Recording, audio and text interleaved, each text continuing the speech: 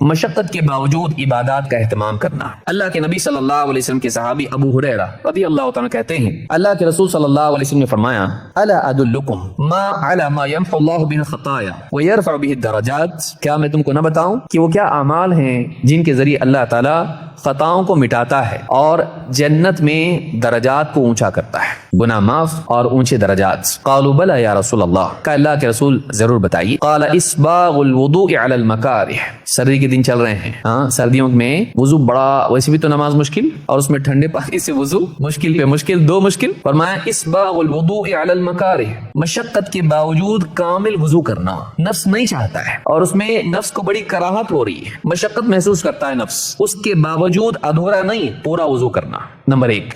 2 وکثرۃ الخطی الی المساجد، اور مساجد کی طرف کثرت سے قدم اٹھانا، بار بار جانا یا دور جانا، دونوں اس میں آتا ہے کہ مساجد تک پہنچنے میں کثرت اقدام۔ اور 3 وانتظار الصلاة بعد الصلاة، اور ایک نماز کے بعد دوسری نماز کے انتظار میں رہنا، کہ آدمی کا دل اس اگلی نماز کا انتظار کر رہا ہو، کہ اس کو فکر ہو اب اگلی نماز آئے گی، اب وہ ادا کرنا ہے، تو انسان نماز سے غافل نہ ہو بلکہ نماز کا انتظار کرنے والا بنے۔ تو 3 چیزیں کہ کراہت کے باوجود، نفس کی کراہت کے باوجود کامل وضو، 2 کثرت قدم کے ذریعے سے مسجد تک پہنچنا، اور 3 ایک نماز کے بعد دوسری نماز کا انتظار کرنا۔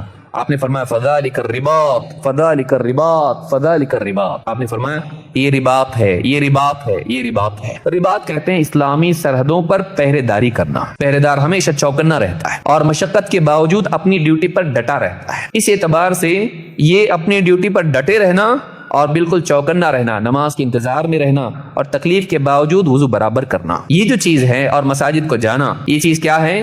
آپ نے فرمایا یہ درجات کو اونچا کرنے والی چیز، نہ صرف یہ کہ تم کو جنت ملے گی بلکہ جنت میں اونچا درجہ ملے گا۔ جب لینا ہی تو نیچے کیوں لیں، اوپر لیں گے۔ انسان کے اندر یہ جذبہ ہونا چاہیے کہ جتنا اللہ دے رہا ہے زیادہ سے زیادہ حاصل کرے گا، کیوں نہیں؟ جب دنیا کی رزق کے لیے دوڑ دھوپ کرتا ہے اور یہ نہیں بولتا جو دے دے گا لے لوں گا میں، نہیں، یہ دوڑتا ہے اچھا لینا ہے مجھ کو، دنیا میں زیادہ لینا ہے مجھ کو، تو آخرت میں کیوں نہیں؟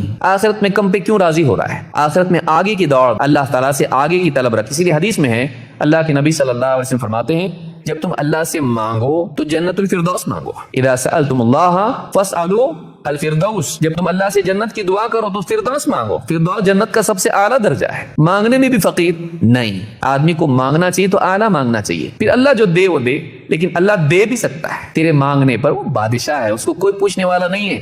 لا يسأل عما يفعل وهم يسألون، اس سے کوئی پوچھ نہیں سکتا ہے تو نے کیوں دیا اس کو جنت، کیوں دیا اس کو فردوس، نہیں پوچھ سکتا، وہ جو چاہے کرے، وہ بادشاہ ہے، وہ کسی کو بے وجہ سزا نہیں دیتا ہے لیکن اپنی طرف سے کسی کو جنت دے سکتا ہے، تو وہ دینے کے لیے تیار ہے، یا لینے والا کمزور پڑ گیا تو کیا کریں؟ تو کہا کہ یہ جنت کے درجات کو بڑھانے والی چیز ہے۔ اللہ رب العالمین ہم سب کو سمجھ عطا فرمائے۔